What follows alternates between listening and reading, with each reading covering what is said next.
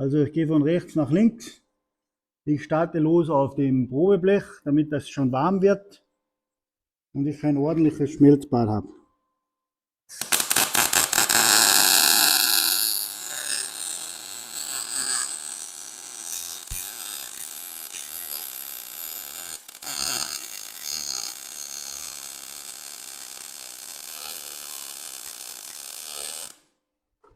Okay.